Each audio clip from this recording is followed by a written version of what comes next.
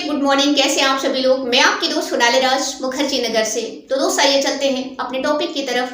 आज के टॉपिक में हम लोग अध्ययन करेंगे राष्ट्रीय सुरक्षा कानून के बारे में, जिसे शॉर्ट में हम लोग रासुका के नाम से भी जानते हैं और अंग्रेजी में इस कानून को नेशनल सिक्योरिटी एक्ट के नाम से जाना जाता है और शॉर्ट में इसे हम एनएसए कानून के नाम से भी जानते हैं।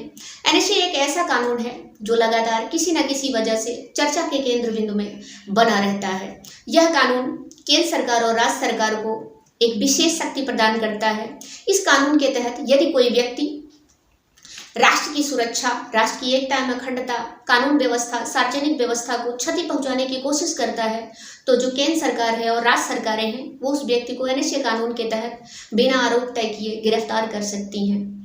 तो दोस्त चलिए इसे हम डायग्राम के माध्यम से बेटर तरीके से समझते हैं। यदि किसी व्यक्ति को एनएसए कानून के तहत गिरफ्तार किया जाता है तो उसका आधार क्या है, यानी किस कारण से उसे गिरफ्तार किया जाता है और एनएसए के तहत गिरफ्तार व्यक्ति को कानून की कौन सी वह सुविधा है जो नहीं मिलती है और एनएसए की हिस्ट्री क्या रही है और एनएसए कानून कब अस्तित्व में आया है। तो बात निकली है तो दूर तलक जाएगी ही। जाहिर सी बात है आपके एग्जाम में ग्रुप ए से लेकर ग्रुप डी तक सभी प्रतियोगी परीक्षाओं में यहाँ से सवाल आना स्वाभाविक होता है, इसलिए वीडियो को बिना स्किप किए हुए आप वीडियो को पूरा देखें। चलिए इसे समझते हैं हम लोग। राष्ट्रीय सुरक्षा कानून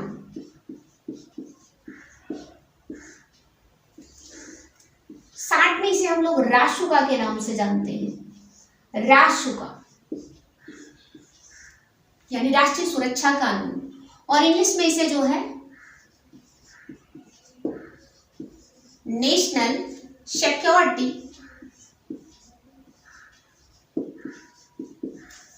एक्ट,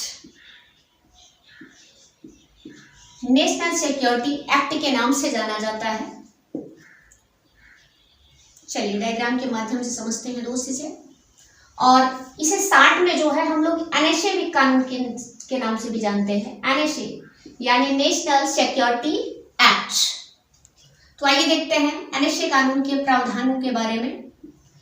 एनएसए आखिर नेशनल सिक्योरिटी एक्ट यानी राष्ट्रीय सुरक्षा कानून ये अस्तित्व में कब आता है, ध्यान दीजिएगा दोस्त। यह कानून जो है 23 दिसंबर 1980 ईस्वी को इंदिरा गांधी सरकार द्वारा एक अध्यादेश के माध्यम से लाया गया था। यानी 23 दिसंबर 1980 ईस्वी को, यानी 23 दिसंबर 1980 ईस्वी को जो है इंदिरा गांधी उस समय देश की पीएम थी और भारत के जो राष्ट्रपति थे वो थे नीलम संजीव रेड्डी। कौन थे? नीलम संजीव रेड्डी। नीलम संजीव रेड्डी, इनके बारे में आपको याद आ रहा होगा। ये ऐसे राष्ट्रपति हैं जो है सर्वसम्मत से चुने गए थे, निर्विरोध चुने गए थे। उस समय देश के पीएम कौन थी? तो उस समय देश की जो प्रधानमंत्री थी वो थी इंदिरा गांधी। यानी जो एनएसए कानून है वो इंदिरा गांधी सरकार के शासनकाल में क्या किया गया था? लाया गया था। तो 1980 ईस्वी में 23 दिसंबर 1980 ईस्वी को इंदिरा गांधी सरकार ने नीलम संजीव रेड्डी से कहा कि आप जो है एनएसए कानून को जो है एक अध्यादेश जारी करें। अध्यादेश, चलिए एनएसए कानून को जो है अध्यादेश द्वारा लाया गया था 23 दिसंबर 1980 ईस्वी को। उस समय भारत की जो प्रधानमंत्री थी वो इंदिरा गांधी थी। इंदिरा गांधी ने राष्ट्रपति नीलम संजीव रेड्डी से कहा कि आप एक अध्यादेश जारी कीजिए, और नीलम संजीव रेड्डी ने क्या किया? एक अध्यादेश जारी किया। नीलम संजीव रेड्डी ने जब अध्यादेश जारी किया तो संसद द्वारा इसे जो है 27 दिसंबर, ध्यान दीजिएगा, संसद द्वारा इसे 27 दिसंबर 1980 को क्या दी गई? मंजूरी दी गई, यानी अनुमति दी गई। संसद द्वारा इसका अनुमोदन किया गया। ये कानून अस्तित्व में आता है 27 दिसंबर 1980 ईस्वी को। आप कहेंगे ये अध्यादेश क्या होता है? दोस्त अध्यादेश को हम लोग जो है ऑर्डिनेंस लॉ के नाम से भी जानते हैं। जब संसद का सत्र यानी संसद का सेशन न चल रहा हो और देश के समक्ष ऐसी परिस्थितियां विद्यमान हो जिस पर तुरंत या तत्काल कानून बनाया जाना आवश्यक हो, तो राष्ट्रपति अनुच्छेद 123 यानी 123 के तहत क्या जारी करता है? अध्यादेश जारी कर देता है। जब राष्ट्रपति अध्यादेश जारी कर देता है तो संसद जो है 6 महीने के अंदर इस कानून को यदि अनुमति दे देती है अध्यादेश को, तो वह जो है कानून का रूप धारण कर लेता है। कहने का मतलब राष्ट्रपति भी संसद का अंग है। संसद जिन जिन बिंदुओं पर कानून बना सकती है उन बिंदुओं पर राष्ट्रपति अध्यादेश जारी कर सकता है। शर्त यह है कि संसद द्वारा इसे 6 महीने के अंदर जो है अनुमति लेना आवश्यक है, नहीं तो अध्यादेश क्या हो जाएगा, नष्ट हो जाएगा। तो ये जो NHA कानून है इसे एक अध्यादेश कानून के तहत क्या किया गया था, लाया गया था और संसद ने 27 दिसंबर यानी 27 दिसंबर 1980 को मंजूरी दे दी। ठीक है, संसद द्वारा मंजूरी, संसद द्वारा अनुमति प्रदान की गई, अनुमोदन किया गया, आप कह सकते हैं अप्रूवल किया गया। तो ये कानून जो है अस्तित्व में आया। ध्यान दीजिएगा दोस्त, इस कानून में कुल 19 धाराएं हैं। ठीक है, कितनी धाराएं हैं पूछ सकता है आपके एग्जाम में कि NHA कानून में कुल कितनी धाराएं हैं। तो NHA कानून में जो है कुल 19 धाराएं हैं। NHA कानून जो है वो एक प्रकार का निवारक कानून है, निवारक निरोध अधिनियम है। ध्यान दीजिएगा, ये जो है एक प्रकार का निवारक निरोध अधिनियम है, निवारक निरोध अधिनियम यानी प्रिवेंटिव डिटेक्शन एक्ट, निवारक निरोध अधिनियम है NHA कानून। निवारक निरोध का मतलब क्या होता है दोस्त? निवारक निरोध का मतलब ये होता है यदि कोई घटना या अपराध घटित होने वाला है, उसके घटित होने से पहले ही उस पर ऐसी कार्यवाही करना कि वो घटना घटित ही ना होने पाए, इसी को जो है निवारक निरोध कहा जाता है। कहने का मतलब ऐसी कोई अपराध या घटना जिसके घटित होने से पूर्व ही इस तरह की कार्यवाही करना जिससे कि वो घटना घटित ही ना होने पाए, उसे हम लोग क्या कहते हैं? उसे हम लोग निवारक निरोध कहते हैं। यानी शंका या संदेह के आधार पर गिरफ्तारी। निवारक निरोध जो होता है वो एक प्रकार का नजरबंदी कानून होता है। यहाँ तक की चीजें दोस्त क्लियर हो गई होंगी आपको। तो आइए हम लोग जानते हैं किसी व्यक्ति को निवारक निरोध के तहत यदि गिरफ्तार किया जाता है तो वो किस आधार पर गिरफ्तार किया जाता है। NHA का आधार देख लेते हैं थोड़ा सा। आधार, किसी व्यक्ति को जो है यदि NHA के तहत गिरफ्तार किया जाता है तो उसका गिरफ्तार करने का आधार क्या है। ठीक है, उसे क्यों गिरफ्तार किया जाता है? ध्यान दीजिएगा, इसका पहला आधार है यदि कोई व्यक्ति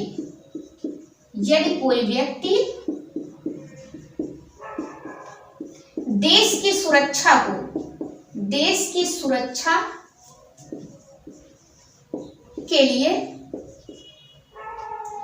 की सुरक्षा के लिए खतरा पैदा कर रहा हो,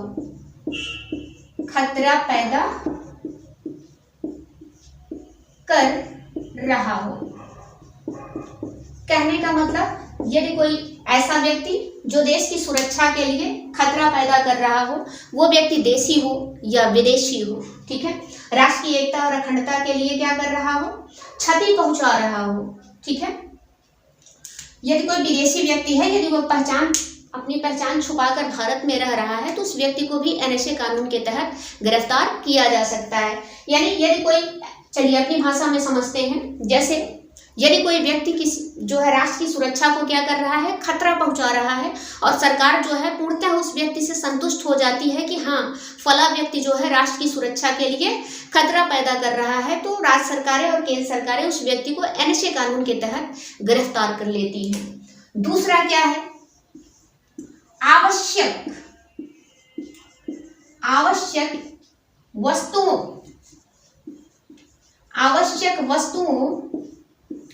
एवं सेवाओं की आपूर्ति बाधित करने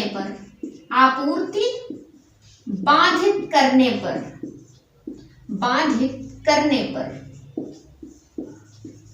इसका मतलब क्या होता है दोस्त? इसका मतलब होता है यदि कोई व्यक्ति सरकार द्वारा प्रदान की गई नागरिकों को आवश्यक वस्तुओं और सेवाओं की जो आपूर्ति होती है, जो सप्लाई होती है, उसमें अगर यदि आप बाधा पहुंचाने की कोशिश करते हैं तो आपको जो है NHA कानून के तहत गिरफ्तार किया जा सकता है। इसे अपनी भाषा में समझते हैं, यदि सरकार मान लीजिए नागरिकों के लिए वस्तुओं के अंतर्गत जैसे अनाज की सप्लाई कर रही है, लेकिन आप उसको क्या कर रहे हैं, उसमें उसको बाधा पहुंचा रहे हैं, मतलब उस अनाज की जो सप्लाई है उसको आप जमाखोरी के माध्यम से क्या कर रहे हैं, जमाखोरी के माध्यम से इकट्ठा कर रहे हैं, ठीक है, उसकी जमाखोरी कर रहे हैं। तो सरकार आपको एनएसए के तहत क्या कर सकती है, गिरफ्तार कर सकती है। सेवाओं का मतलब जैसे सरकार नागरिकों के लिए मेडिकल सेवा उपलब्ध करवा रही है, ट्रांसपोर्ट सेवा उपलब्ध करवा रही है, और आप उसको जो है बाधा पहुंचाने की कोशिश कर रहे हैं, उसकी जो सप्लाई है उसको बाधित कर रहे हैं, तो भी आपको एनएसए कानून के तहत गिरफ्तार किया जा सकता है। तीसरा क्या है, तीसरा है कानून व्यवस्था।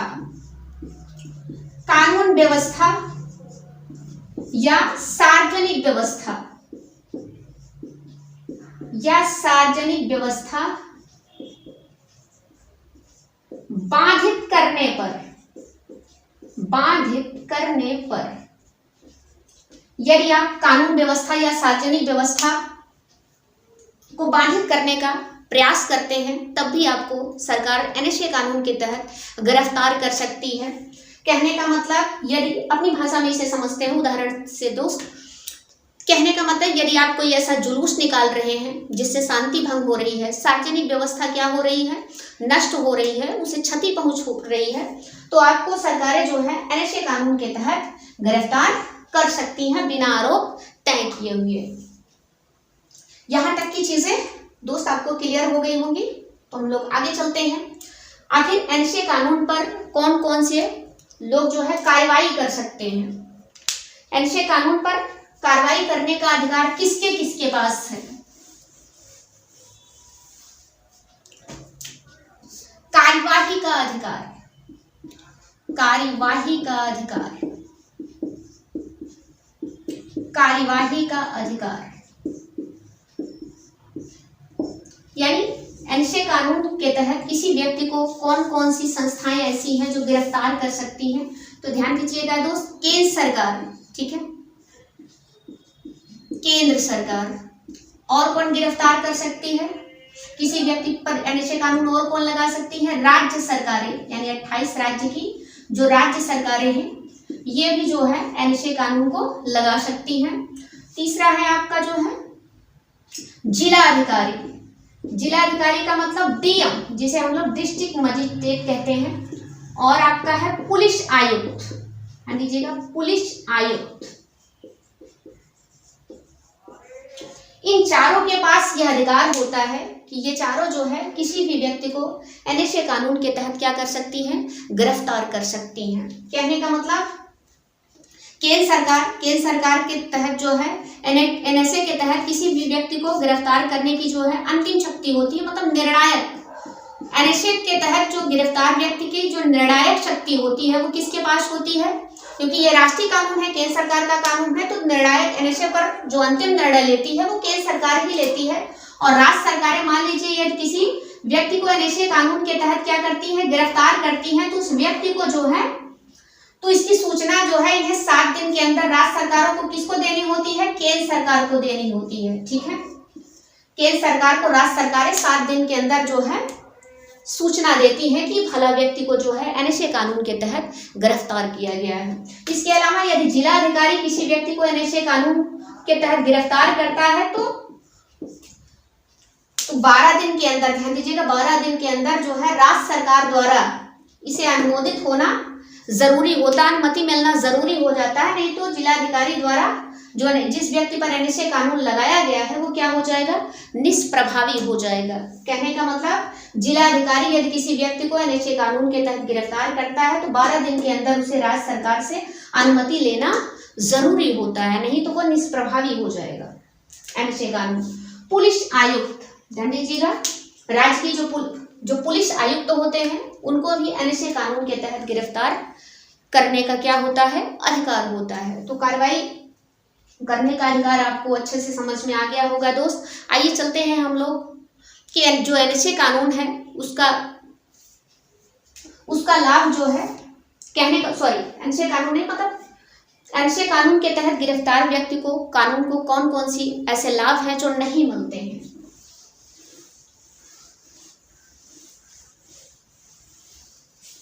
कानून की ऐसी कौन कौन सी सुविधाएं हैं जो एनएसए कानून के तहत गिरफ्तार व्यक्ति को नहीं मिलती हैं। ध्यान दीजिएगा दोस्त, यदि किसी व्यक्ति को एनएसए कानून के तहत गिरफ्तार किया गया है तो उसे अनुच्छेद 22(1) का लाभ नहीं मिलेगा। इसके अलावा और कौन सा लाभ? इसके अलावा आईपीसी की धारा 50 का लाभ नहीं मिलता है एनएसए के तहत गिरफ्तार व्यक्ति को। इसके अलावा क्या नहीं मिलता है? इसके अलावा सीआरपीसी, इसको लिख लेते हैं फिर उसके बाद डिटेल से समझते हैं।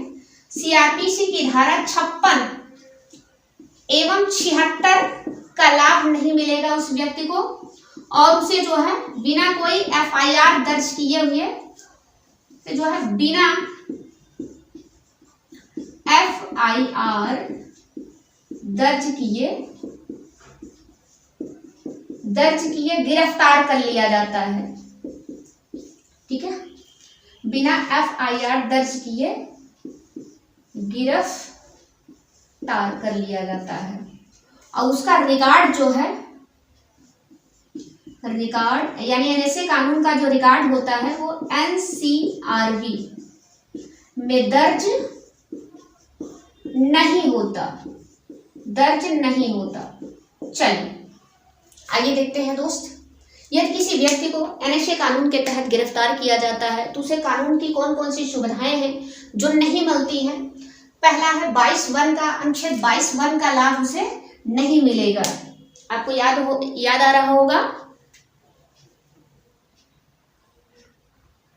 हम लोगों ने जो है मौलिक अधिकार जो कि अनुच्छेद 12 से लेकर 35 तक है, मौलिक अधिकारों में ही हमारा एक अनुच्छेद है स्वतंत्रता का अधिकार जो कि अनुच्छेद 19 से लेकर 22 तक में है। अनुच्छेद 22(1) ये कहता है कि किसी भी व्यक्ति को मनमाने तरीके से गिरफ्तार नहीं किया जाएगा, गिरफ्तारी से पहले उसे वारंट दिया जाएगा यानी उसे चेतावनी दी जाएगी। ठीक है, आईपीसी की धारा, आईपीसी यानी इंडियन पिनल कोड यानी इंडियन पिनल कोड, भारतीय प्रक्रिया संहिता। तो कहने का मतलब आईपीसी में कुल 511 धाराएं, उसमें धारा 50 भी है। किसी व्यक्ति को यदि गिरफ्तार किया जाता है तो उस व्यक्ति को धारा 50 के तहत अपनी गिरफ्तारी का कारण जानने का क्या होता है, अधिकार होता है। लेकिन यदि एनएसए कानून के तहत किसी को गिरफ्तार किया गया है तो उसे यह अधिकार नहीं मिलेगा। सीआरपीसी यानी क्रिमिनल प्रोसीजर कोड, दंड प्रक्रिया संहिता, इसमें कुल 417 धाराएं हैं जिसमें से धारा 55, 56 और 76 है। यानी इस धारा के तहत यदि किसी व्यक्ति को एनएसए कानून के तहत गिरफ्तार किया जाएगा तो उसे इस धारा का लाभ नहीं मिलेगा। 56 और 76 में यह है कि गिरफ्तार किए गए व्यक्ति को 24 घंटे के अंदर न्यायालय के समक्ष पेश किया जाता है। यदि एनएसए के तहत किसी व्यक्ति को गिरफ्तार किया जाता है तो उसे 24 घंटे के अंदर न्यायालय के समक्ष पेश नहीं किया जाएगा, मतलब इस धारा का अधिकार उसे नहीं मिलेगा, सुविधा नहीं मिलेगी। उस व्यक्ति को जो है बिना एफआईआर दर्ज किए गिरफ्तार कर लिया जाता है, यानी फर्स्ट इंफॉर्मेशन रिपोर्ट दर्ज किए बिना ही उस व्यक्ति को क्या कर लिया जाता है, गिरफ्तार कर लिया जाता है। उसका रिकॉर्ड जो है, उस व्यक्ति को जो है उसका रिकॉर्ड जो एनसीआरबी यानी नेशनल क्राइम रिकॉर्ड ब्यूरो में दर्ज नहीं होता है। ठीक है, इसकी भी स्थापना 1980 में हुई थी। और इसके अलावा यदि राष्ट्रीय सुरक्षा कानून एनएसए के तहत किसी व्यक्ति को यदि गिरफ्तार किया जाता है दोस्त तो उसे जो है 12 महीने तक जेल हो सकती है। नया सबूत मिलने पर जो है जो अवधि है वो बढ़ाई जा सकती है। ठीक है, 5 से लेकर 15 दिन तक उसे जो है बिना आरोप तय किए जेल में रखा जा सकता है।